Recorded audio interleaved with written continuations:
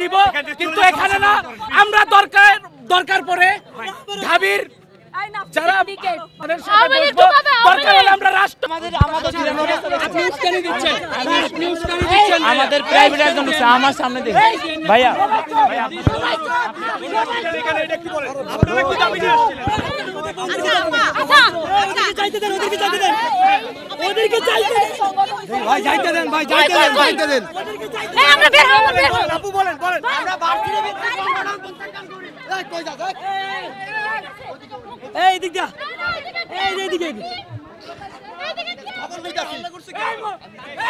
তোরা যা না রে বাবা, আমার প্রাইভেটের ভাইদের গায়ে রক্ত পড়ছে, এই রক্তের যে রক্ত পড়ছে এই হিসাব আমরা নিব, কিন্তু এখানে না।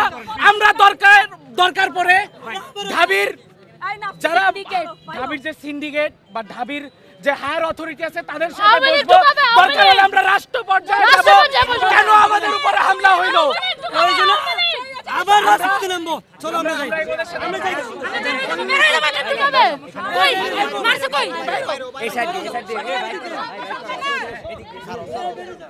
ঢাবি থেকে কয়জন শহীদ আছে?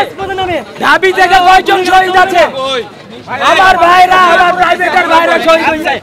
আমার প্রাইভেটের ভাইরা আজকে তারা ক্ষমতায় বসেছে, তারা সার্ভিস হয়েছে, তারা হাসপাতাল হয়েছে, আমার ভাইদের রক্তের উপর দিয়ে বেঁচে এসে তাদের কমিটি ঘোষণা হয়েছে।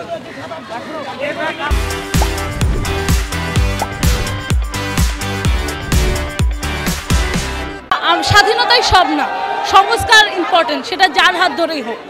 যেহেতু আমরা দেখছি এখানে রাজনৈতিক অনেক সংকট বিরাজ করছে, তখন আমরা যারা বৈষম্য বিরোধী আছি তারা ডিসিশন নিলাম যে হ্যাঁ আমরা রাজনীতিতে পদার্পণ করব। যখন আমরা রাজনীতিতে পদার্পণ করব, আমরা যদি তথাকথিত রাজনীতি করি তাহলে রাজনীতির ভাবমূর্তি নষ্ট হবে, আমাদের আন্দোলনের ভাবমূর্তি নষ্ট হবে, আমাদের ভাইরা যে রক্ত দিয়েছে সেটার ভাবমূর্তি নষ্ট হবে। সেই জায়গা থেকে যখন আমরা বলি যে ঠিক আছে ছাত্র সংগঠন এবং রাজনৈতিক দল হবে, তারা আমাদেরকে জিজ্ঞেস করা ছাড়া ছাত্র সংগঠন গঠন করে, এটার জন্য আমরা তাদেরকে বারবার বাধাপ্রাপ্ত করি। আমরা বলি যে আমাদের সাথে বসতে হবে, প্রাইভেটের সাথে, মহানগরের সাথে। তারা আজকে ডিসিশন দিচ্ছে, তারা এতগুলো প্রেস ডেকেছে, অথচ তারা আমাদেরকে জানায়নি যে কিভাবে কি ডিসিশন হয়েছে।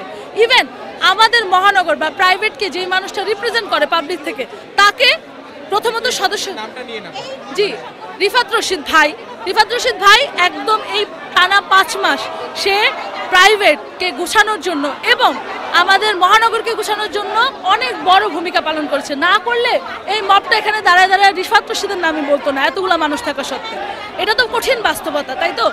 এখন ওই মানুষটাকে সদস্য সচিবেও রাখা হয়নি, ওই মানুষটাকে মুখ্য সংগঠক দেওয়ার কথা সেটাও রাখা হয়নি, তাকে ডিরেক্ট মাইনাস করে দেওয়া হয়েছে।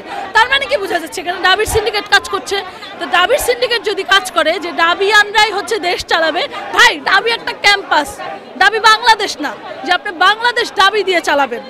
সো আপনাকে প্রাইভেট মহানগর এবং ঢাকার বাইরের জেলাগুলো রাখতে হবে। সেই জেলাগুলো, মহানগরগুলো কয়জন কন্ট্যাক্ট করেছে? যেই 4 জনকে পদবিতে বসানো হয়েছে তাদের হয়তো 1 জনকে বা 2 জনকে দেখেছি, বাকি 1 জনকেও আমি আজ পর্যন্ত বাংলা মোটরের যে অফিস আমাদের সেখানে দেখিনি।